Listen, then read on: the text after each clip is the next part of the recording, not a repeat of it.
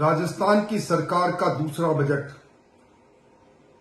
भजनलाल जी की सरकार का यह बजट समावेशी बजट है।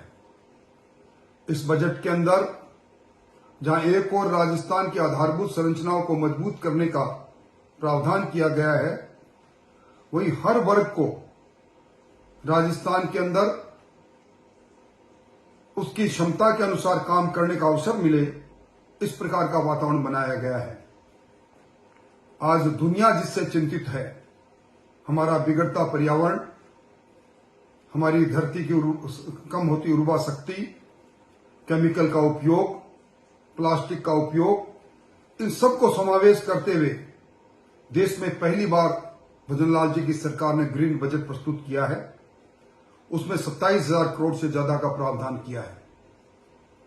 यह बजट किसान को समर्पित बजट है, किसानी को समर्पित बजट है और इस बजट में कृषक और कृषक कल्याण के लिए 1,10,000 करोड़ से ज्यादा का प्रावधान करना और कुल बजट का 12% से ज्यादा हिस्सा इस काम में लगाना और गत वर्ष के प्रावधान से 14% बढ़ोतरी करना यह सिद्ध कर रहा है कि किसान के कल्याण के लिए, चाहे प्रधानमंत्री किसान सम्मान निधि को बढ़ाने की बात हो, चाहे 35 लाख किसानों को 25,000 करोड़ रुपए शून्य ब्याज पर देने की बात हो, चाहे उन्नत किसान के लिए पॉली हाउस से लेकर माइक्रो इरिगेशन के अंदर बढ़ोतरी की बात हो, हर क्षेत्र में भजनलाल जी की सरकार ने जो वादा किया उन वादों को पूरा कर रही है।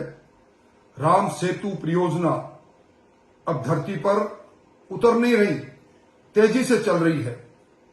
ये 17 जिलों की जीवन रेखा की ये योजना भाग्य बदल देगी, क्योंकि इस बार भी इस योजना के अंदर लगभग 10,000 करोड़ का प्रावधान किया गया है।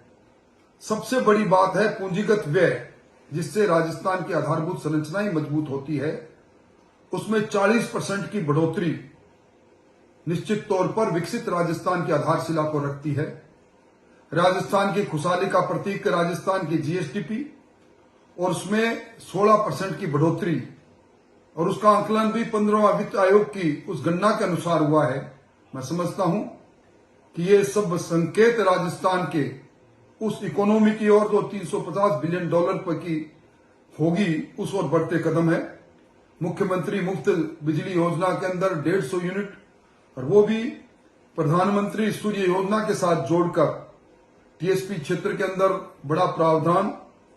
और राजस्थान में नौजवानों को, जहां 1.5 लाख नौजवानों को निजी क्षेत्र के अंदर और 1,25,000 नौजवानों को सरकारी क्षेत्र में नौकरी देने का प्रावधान, विश्वकर्मा युवा प्रोत्साहन योजना का बनाना, और पहली बार लोक विश्वास अधिनियम, जनता को विश्वास कैसे हो, राजस्थान सुरक्षा नागरिक अधिनियम और अन्य इस प्रकार की योजनागत नीतियां बनाई है। और लखपति दीदी, सोलर दीदी, अनेकों प्रावधान, मिड डे मील के अंदर बच्चों को 5 दिन दूध और अन्य योजना का समावेश इस बात को सिद्ध कर रहा है कि अब राजस्थान हर क्षेत्र में आगे बढ़ रहा है। राजस्थान के सड़क तंत्र को मजबूत करने के साथ साथ हमारी अरावली, पहली बार अरावली को सुंदर बनाने के लिए ग्रीन अरावली की पर्वत रेखा हो, इसके लिए प्रावधान किया गया है। ये राजस्थान में पहली बार रोजगार नीति का होना, ट्रेड पॉलिसी का बनना इस बात को सिद्ध कर रहा है कि अब नीतिगत निर्णयों के अनुसार राजस्थान लगातार आगे बढ़ेगा। मैं मुख्यमंत्री जी को इस दूसरे बजट के लिए हार्दिक बधाई देता हूं।